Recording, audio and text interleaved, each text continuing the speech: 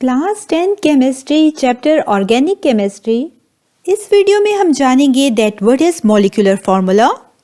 Right the molecular formula of first 5 members of alkanes. So molecular formula को कुछ इस तरह से डिफाइन किया जाता है। The chemical formula which represent the total number of atoms of each element in a molecule of an organic compound is called molecular formula. यानी molecular formula एक ऐसा केमिकल फार्मूला होता है जो कि हमें total number of atoms of each element in a molecule के बारे में बताता है।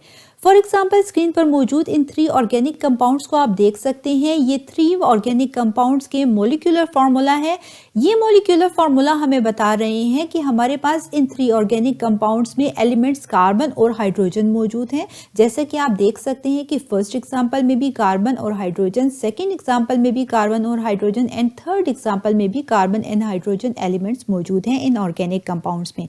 साथ ही हमें मॉलिक्यूलर फार्मूला ये इंफॉर्मेशन भी प्रोवाइड कर रहा है कि फर्स्ट एग्जाम्पल में हमारे पास 1 कार्बन 4 हाइड्रोजन के साथ अटैच है, सेकेंड एग्जाम्पल में हमारे पास 2 कार्बन 6 हाइड्रोजन के साथ अटैच है एंड थर्ड एग्जाम्पल में हमारे पास 3 कार्बन 8 हाइड्रोजन के साथ अटैच है। सो इस तरह से हमें मॉलिक्यूलर फार्मूला ये इंफॉर्मेशन भी प्रोवाइड कर रहा है कि हमारे पास इन ऑर्गेनिक कंपाउंड्स में टोटल नंबर ऑफ एटम हर एक एलिमेंट के कितने मौजूद हैं। यानी in simple words molecular formula हमें ये इंफॉर्मेशन प्रोवाइड करता है कि किसी भी ऑर्गेनिक कंपाउंड में हमारे पास कौन कौन से एलिमेंट्स मौजूद हैं और साथ ही टोटल नंबर ऑफ एटम्स हर एक एलिमेंट की इस ऑर्गेनिक कंपाउंड में कितने मौजूद हैं।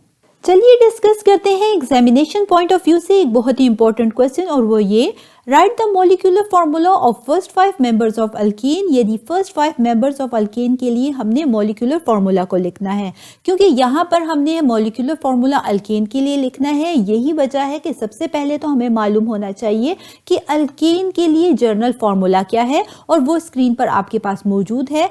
अल्केन का जर्नल फार्मूला है हमारे पास CnH2n+2। यहाँ पर n रिप्रेजेंट कर रहा है total number of carbon atoms को।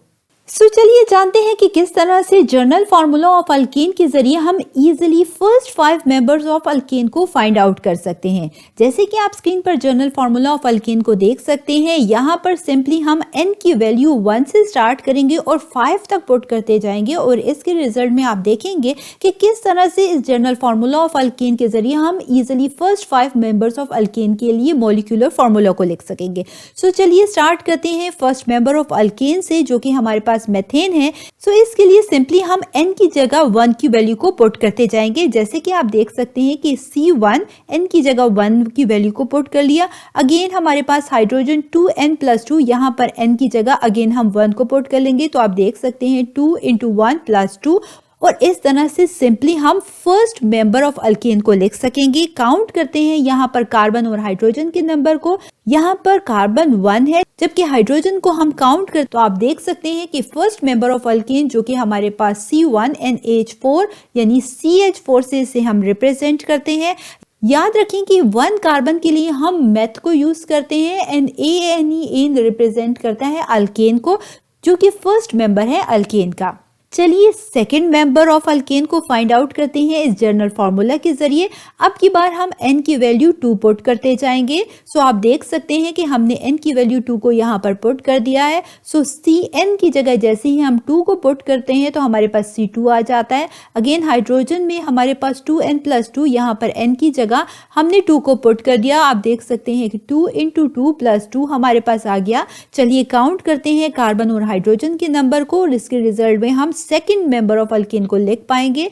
कार्बन हमारे पास C2 है और हाइड्रोजन हमारे पास हम काउंट करते हैं 2 × 2 = 4 + 2 इक्वल होता है 6 के, और आप देख सकते हैं कि हमारे पास सेकेंड मेंबर ऑफ अल्केन जो कि C2H6 है। याद रखें कि 2 कार्बन यहाँ पर मौजूद है और इसके लिए हम एथ को यूज करते हैं, यानी कि सेकेंड मेंबर ऑफ अल्केन जो कि एथेन कहलाता है।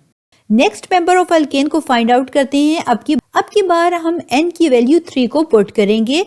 सो आप देख सकते हैं कि हमारे पास Cn की जगह हमने 3 को पुट कर लिया।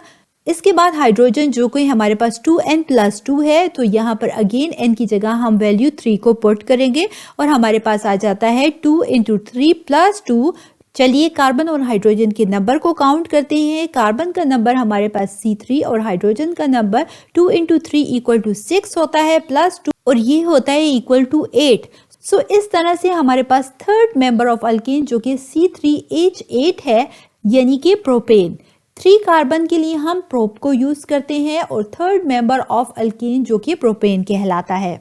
फोर्थ मेंबर ऑफ अल्केन को फाइंड आउट करने के लिए जनरल फार्मूला में हम n की जगह 4 की वैल्यू को पुट करते जाएंगे। जैसे कि आप देख सकते हैं, अगेन हमने इस जनरल फार्मूला में n की जगह 4 की वैल्यू को पुट किया और हमारे पास आ गया C4H2 × 4 + 2। सिंपली हमने n की जगह 4 की वैल्यू को पुट करते गए और इसके रिजल्ट में हमारे पास फोर्थ मेंबर ऑफ अल्केन आ गया जो कि C4H10 है। याद रखिए कि जब कभी 4 कार्बन होते हैं तो इसके लिए हम ब्यूट को यूज करते हैं एंड एन रिप्रेजेंट करता है सैचुरेटेड हाइड्रोकार्बन यानी carbon carbon single covalent bond को।